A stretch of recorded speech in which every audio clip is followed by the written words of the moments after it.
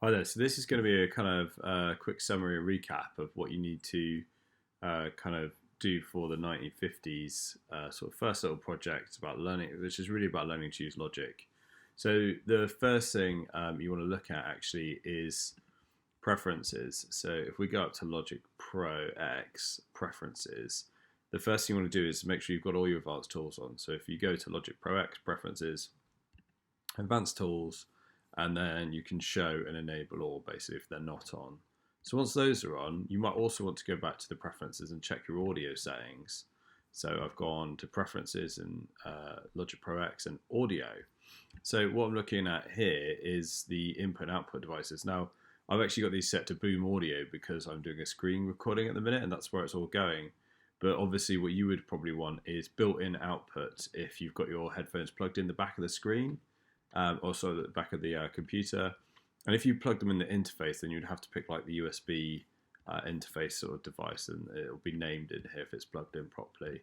So most of the time, you guys are going to want built-in output basically if you plugged your speakers or headphones right into the computer.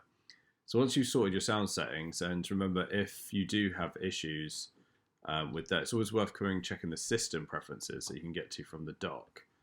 And go to sound, and again check in here. So it should be headphones. I've actually got headphones plugged in right now, so it should be that, but I'm using boom audio simply because I'm doing a screen recording. So once you've got that, the first thing that you guys did is create a drummer track.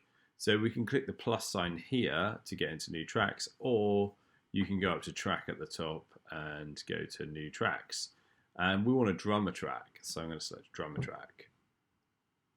Here we go. So I'm going to get rid of the first instrument that just loaded when I opened Logic, basically.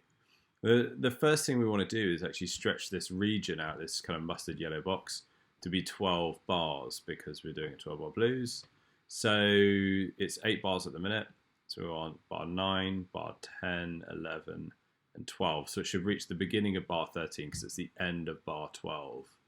And the next thing we want to do is check out some drummers. So we could go through and listen to some of the different ones here. And one of the ones that I think I quite like is in songwriter Mason. Sounds fairly sort of 1950s. So we can have a listen to what Mason can do. Now it's quite slow. I want to do something a bit faster. So I want the tempo. I can go up here and increase it up there. So I'm going to go up to like 110. There we go. So once I've figured out what drummer I want, so I want Mason, I'm going to close up the libraries. The library is this button up here, top left. You can open and close the library. And whatever track you have selected here will give you options for the kind of sound that you want to find in the library there for the track. So don't need that anymore. So if I'm looking down here at this bottom sort of area, I can choose beats, so country line, Edgewood. Yeah, so we can change the beats, and you can change the kind of intensity between single, complex, or soft and loud using this vector thing. So we might put it back up there. And different parts of the kit, I can turn bits off and on. So I can do different patterns with these sliders as well.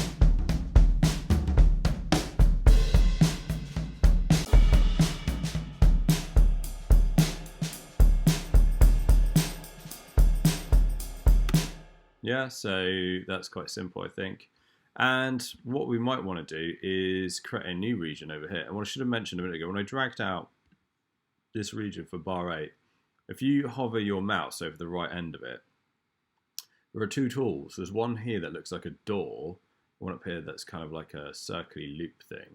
So if I do the one at the top, it's going to create a loop, and we can see from the little notches that it's create a loop, whereas I actually want to extend the whole region out. So I'm going to use one that looks like a door. So once I've got that, I can play the whole thing. You can adjust the fills. We talked about as well using swing rhythms. So what we could do is turn it to 8th note swing and then increase the swing to about 60% maybe. Cool, so I've got like an 8th note swing sort of rhythm now. So once we've got that, if I hover my mouse over the right end of this, I get a plus sign. I can add another one, but it's only 8 bars, so I'm going to drag it out to be 12 bars long. So I've got two 12-bar sections. And what I can do is I can have this kind of time round play Edgewood on the hi-hat maybe, and then when we get to here I could do Edgewood at the same thing but switch to the cymbals, or we could even change beat. So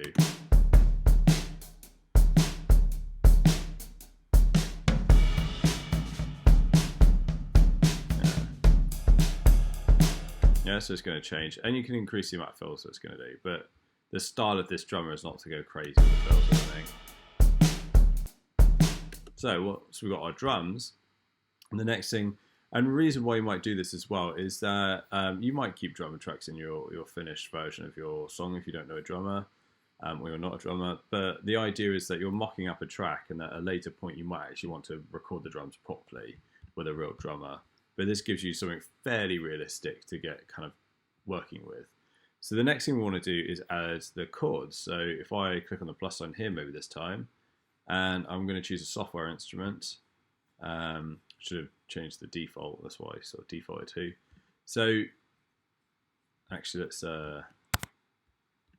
not do that, let's do it how it's going to work for you. So if we create a new instrument, software instrument, and just default patch.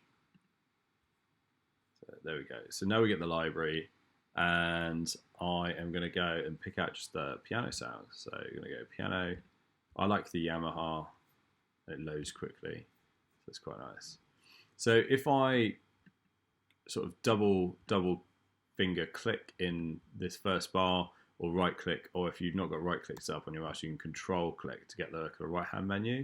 I'm going to create empty MIDI region, and then it loads a sort of screen below.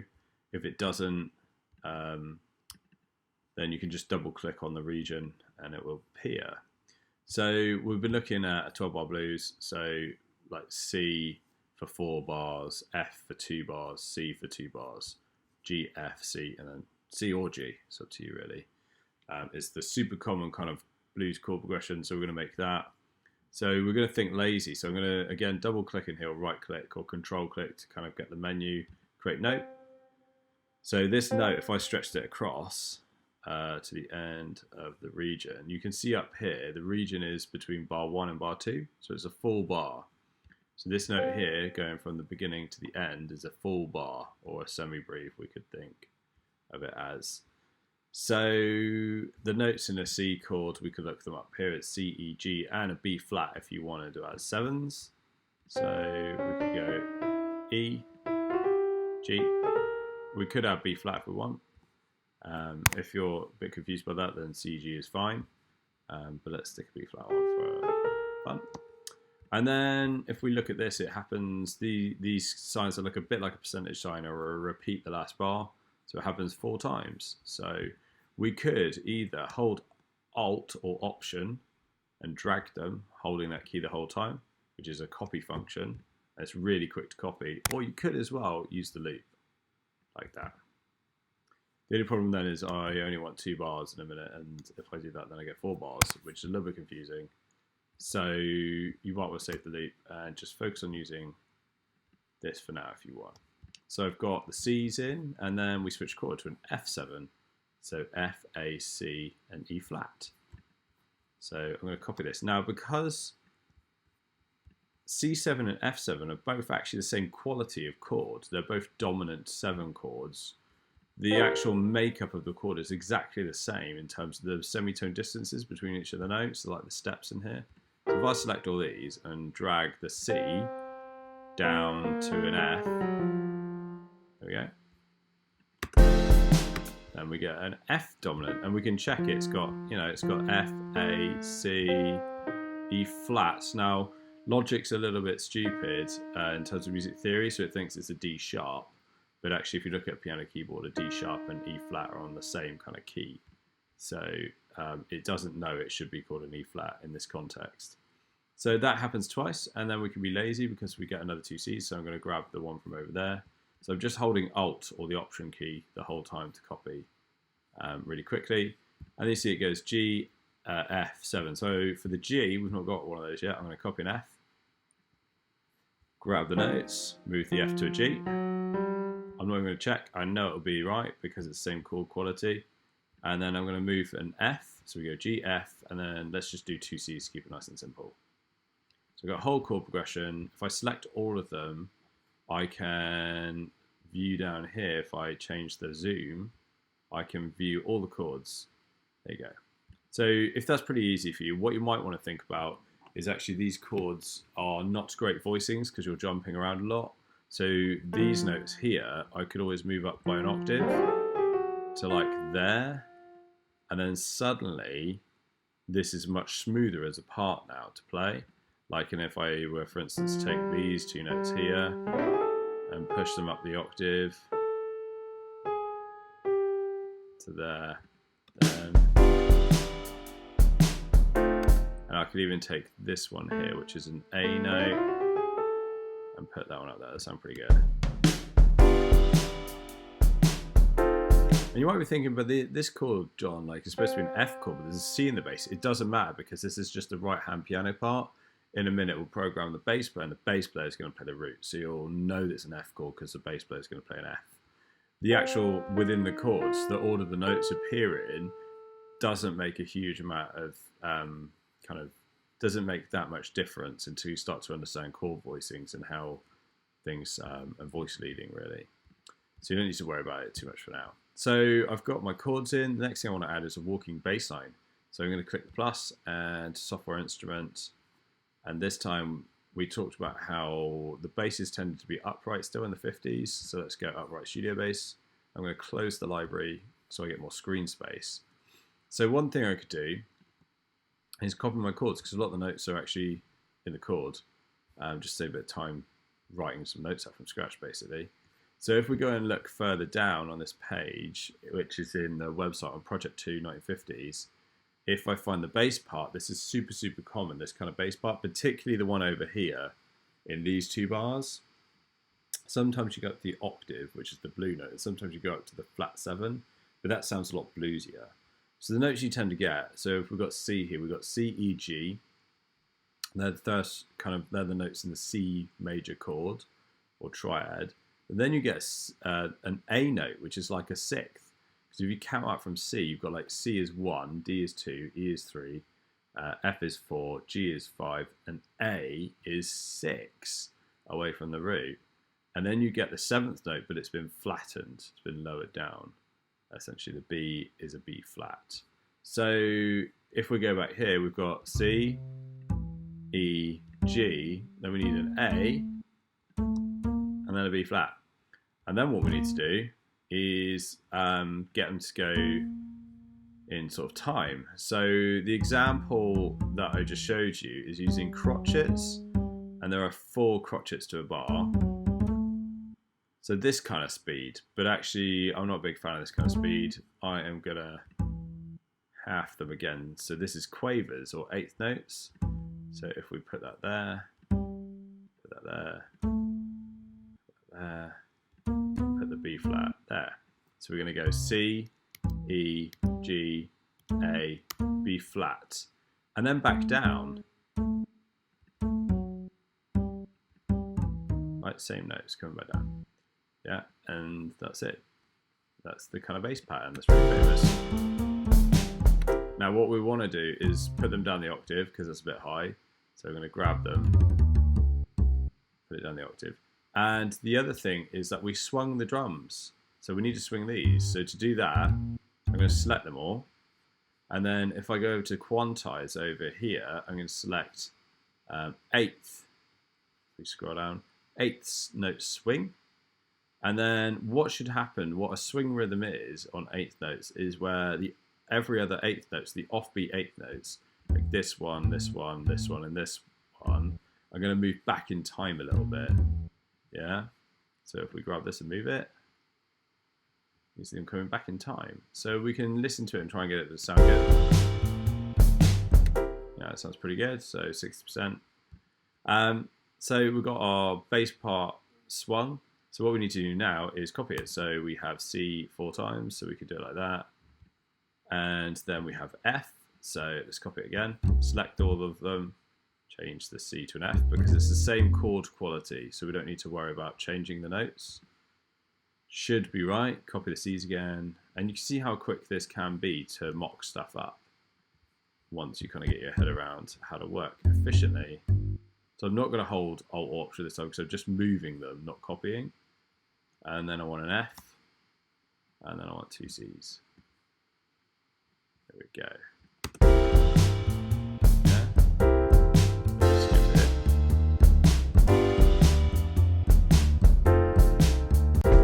So it's quite simple. We're just trying to do something quite representative of the style. So once we've got that, we are going to create like the kind of riff thing that you always find in the blues. So I'm going to create a new track using the plus sign and software instrument. And this time I'm going to grab a guitar sound. So we talked about how a lot of guitars don't sound great, particularly distorted ones as MIDI instruments, and which is why we're going to learn how to record them because they sound so much better recorded. But for now, we're just going to use this. I'm going to use this steel string acoustic thing. And if you've got a MIDI controller in front of you, you might want to use the actual like piano keys. I don't right now, so I'm going to do Command K, and then I get this kind of like keyboard thing that I can kind of use on my computer keyboard. Right, so I'm going to actually record in the 5th and 6th idea, which is on this page. Sort of here. If you watch these videos, it's a really common guitar pattern, and pianos tend to do it as well, where we basically, if we go back here, we are switching between, if I open this up, the root, oh, hang on a minute. I'd have to use a MIDI controller with that. So that's actually a C, it's just an A letter on my keyboard, and a G. So root and 5th, because it's 1, 2, 3, 4, 5. And switching between root and 5th and root and 6. So you see the G went up to an A note up there. So it's 1, 2, 3, 4, 5, 6. Right, really, really common. So to record this, I'm going to put the timeline back at the beginning. I've got this track selected, so it knows what track I want to play on. It's got the R as record enabled, so I'm telling Logic I want to record on this track, and I'm going to hit record up here.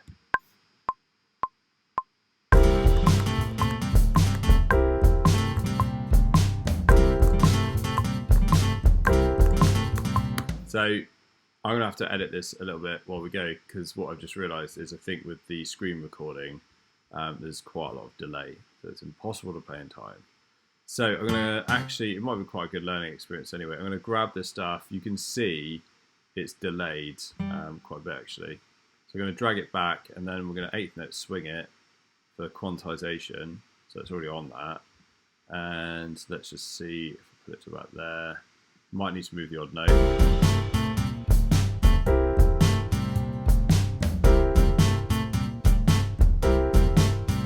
So this was the second half was getting a bit better, where I was getting used to the delay, being slightly behind. So could just fix it a little bit and copy those there. Let's swing them. That's a bit better. And you know, you can see the magic of sort of editing and stuff. So there we go. Just fixed quite a bad problem, because there's no way I could have played that in time with the delay.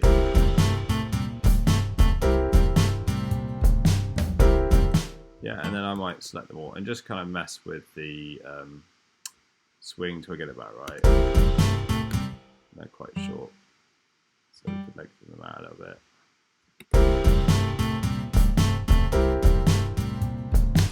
Yeah, so got that kind of thing going on, and what we could do is, if you're not a keyboard player, is you could then like reset after each one and sort of move your fingers around to the different areas. The next one goes to F, so if we've got an F there, it's like you've got kind of 1, 2, 3, 4, 5, right, root and 5th, and root and 6.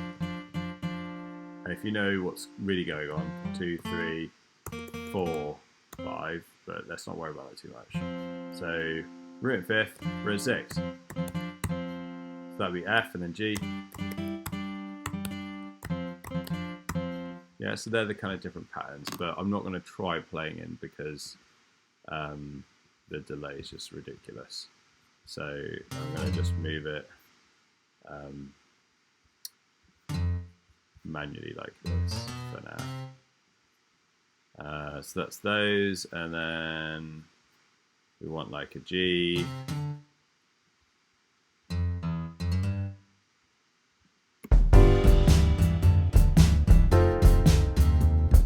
Yeah, and it's going back to C up there. So that's cool. So we've got our kind of riff thing on fifths and sixths. The next thing we want really is to add like a little melody, which is going to be difficult for me to play in with the delay, but we'll give it a try. So I'm going to create a new software instrument, and I am going to go to studio horns, single instruments, and then I'm going to grab like tenor sax 1.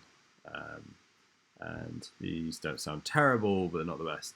So I'm going to up these bus things here, which are probably going to reverbs of some sort. So I'm going to up those. Don't worry about it too much for now. You can do it if you want.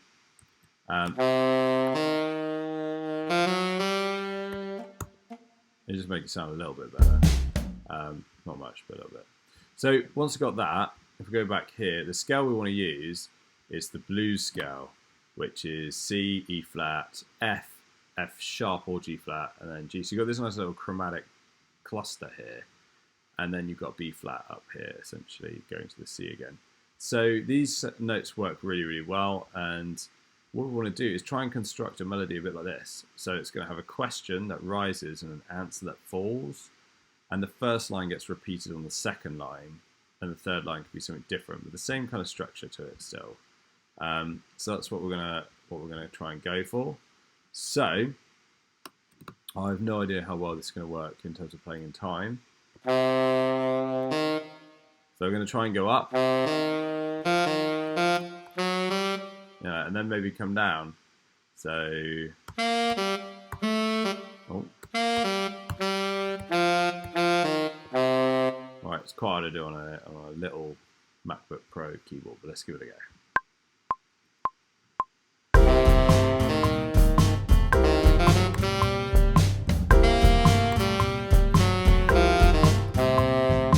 So, kind of do it. I'm just going to quantize it a little bit because it was not as bad playing as it was the first time. I think I was anticipating to play ahead. So, again, let's swing it to like 60% and see. Sounds right.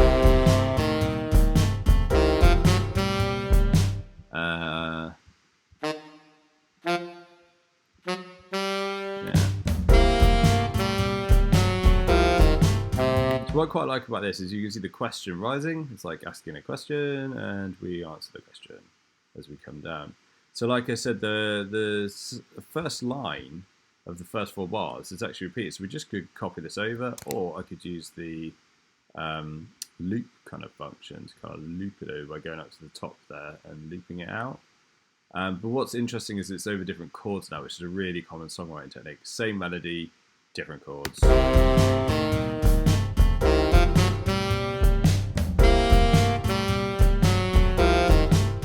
Same melody.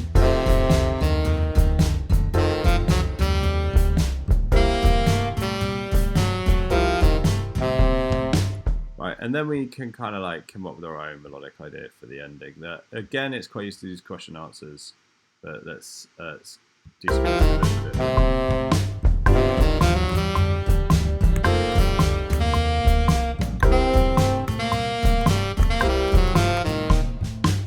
Yeah, something like that.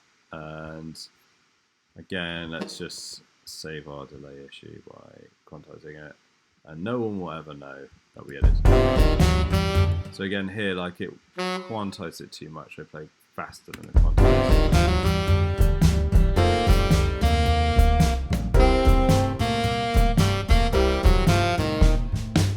Yeah, and maybe stick on that note. So we've got a nice melody in, and you see how, in terms of a visual thing, if we like roll this back and copy this over maybe, you can see that these two are the same, this is something different. That's a really common blues rock and roll melody approach. Right, so we have the drums in, and obviously we could copy all this over now, right, but the drums would change beats. So if I copy this to there, drums are going to change.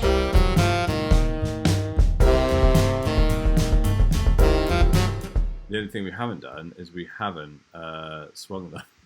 So you're kind of getting swing everything else. Right, so you can change beat and stuff like that. Just make sure you keep the swing going. We've got the chords in, which we could make more interesting rhythmically now and stuff like that, because they're a bit boring, just playing and holding. Who does that? Got a walking bass line in, that kind of is representative of every chord, using that kind of root, third, fifth, sixth, flat 7 pattern.